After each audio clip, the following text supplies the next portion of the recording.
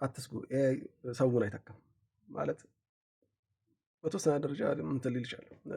ያው ራሱን አፕግሬድ ማያደርግ ሰው ምናምን ከሲስተሙ ሊወጣ ይችላል። ግን ኤአይ ሰውን አይተካም። ኢትዮጵያዊ የሆነ ስሜታዊ ታምሩ ይባላል።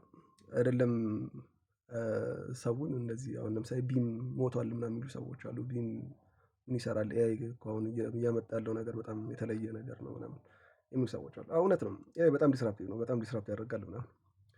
ግን እስቲ በሲምፕል ኤግዛምፕል ላስረዳችሁ ልሞክር። በድሮ ጊዜ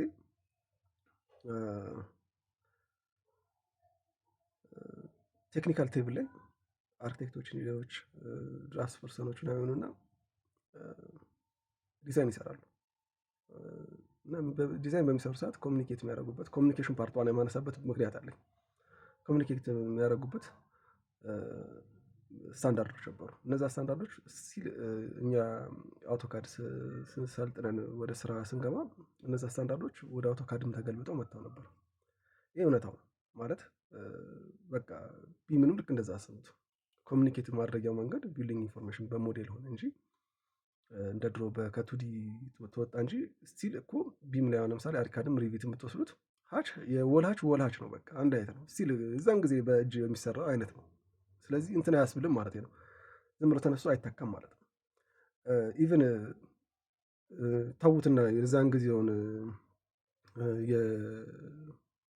የነበሩት ስታንዳርዶች አንሌስ በርደን ሰም ካልሆነ በስተቀር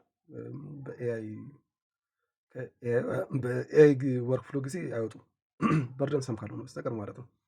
ለምሳሌ ተዉትና በዛን ጊዜ በቢም ጊዜ የመጡ አዳዲሶቹን ኮሚኒኬሽን ሜካኒዝሞች አሁን ለምሳሌ ማሲንግ፣ የላይት ካልኩሌሽኖች፣ የኢነርጂ ካልኩሌሽኖች ምናምን የመሳሰሉትን ሶፍትዌሮች ውስጥ ኢንቴግሬት ያደረጉትን ነው ማወራችሁ።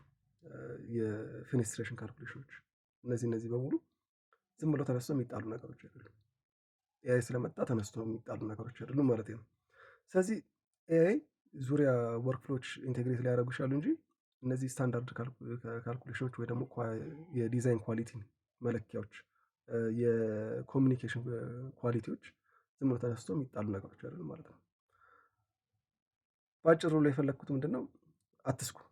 ዝም ብሎም አንድ ሰው ኤአይ የተጠቀምኩ ስላለ አዴንድ ኦፍ ዘ ዴይ እኮ ፈጥኖ የሆነ ሪዛልት ሊያሳይ ይችላል። ያ ሰውዬ ከእጅ ወይ ከሚሰራው አውቶካድ እንደሚፈጥነው እንደነበረው በአውቶካድ የሚሰራው ሰውዬ እንደሚፈጥነው ይህንኛውም ከቢም የተሻለ ፈጣን የሆነ ሊያሳይ ይችላል።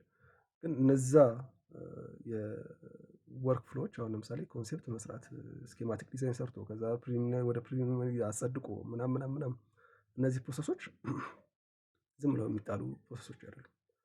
አስፈላጊና የስታንዳርድ የሆኑ አካሄዶች ናቸው። ስለዚህ እንደ ባለሙያ ዝም ብሎ ኤአይ መጣና ጀነሬት የሆነ ኢሜጅ በቀላሉ ጀነሬት ስለተደረገ የባለሙያ ኤቲክሱ ይጠፋል ማለት ወይ ደግሞ የባለሙያ አስፈላጊነት ይጠፋል ማለት ወይ ደግሞ የቢም አስፈላጊነት ይጠፋል ማለት እንትን ነው። ምንድነው? አፈታሪክ ነው። ባለሙያ ስቲል ያስፈልጋል። ሪስፖንሲቢሊቲ ግንባታ ፈቃድም ጋር ሲሄዱ ሪስፖንሲቢሊቲ የሚወስድ ባለሙያ ይፈልጋል። ለዛ ነው ላይሰንስ ይፈልጉት። ሲምፕል ነው። ሲምፕል አዝዳት ኃላፊነት የሚወስድ ሰው ያስፈልጋል። አዴንድ ኦፍ እንትን ቻትጂፒቲ ነው ምናምን አሉ እኮ ሀገር ሚኒስቴር አድርገው ሞክረውታል እኮ። ኃላፊነት የሚወስድ ሰው አዴንድ ኦፍ ግን ያስፈልጋል ያን ነገር ለማድረግ እና ኢትዮጵያዊ ቢኖር ስሜታዊ ታምሩ ይባላል። ኃላፊነት የሚወስድ ሰው ከፈለጋችሁ ጥሩ ዲዛይን መስራት የሚችል አለሁላችሁ፣ ኮንታክት አድርጉኝ። መልካም ቀን። ብዙ አትስጉ። ባለሙያም ተፈላጊ ነው። ቢምም ስቲል አስፈላጊ ነገር ነው። አይደለም በቢም ራሱ ቤዝ ያደረገበት አይዞ ስቲል እስካሁን ድረስ ሬሌቨንት ነው። ዝም ብላችሁ አትስጉ ማለት ነው። መልካም ቀን።